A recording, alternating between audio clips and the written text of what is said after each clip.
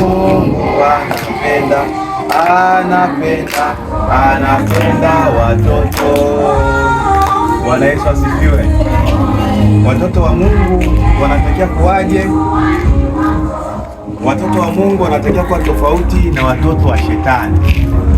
Watoto wa shetani, shetani itakuwa na mapembe kama mbuzi, kama ng'ombe.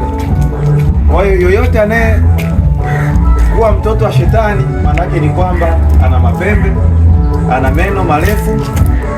Kwa hiyo na tabia inayodhihirisha mtoto wa shetani ni watoto wale wadokoaji, wanaodokoa mboga, wanaotukana watu, wanaodanganya uongo na wanaozingishia wengine mambo ambayo hawakufanya.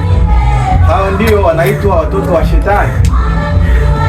Kwa hiyo watoto wa shetani nao pia ni mashetani wadogo wadogo. Amen.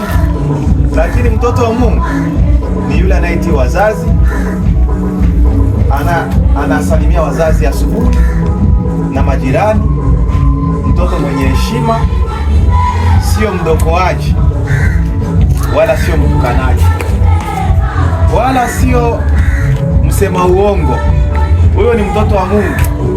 Mungu ni mzuri. Mungu ni mzuri. Mungu ana sura nzuri. Na watoto wa Mungu wote wanafaulu shule. Wanatoka wa kwanza, wanabarikiwa, wazazi wao wanabarikiwa.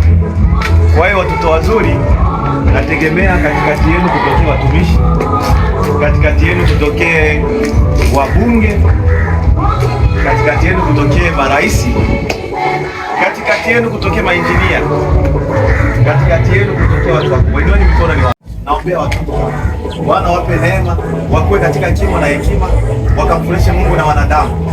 Zaidi ya yote ninawateka mbali na uovu, na mkono wa Mungu upate kwa juu yao, na damu ya Yesu kawafunike, kwa jina la Baba na Mwana na la Roho Mtakatifu. Amen. Barikiweni sana wanangu. Haya.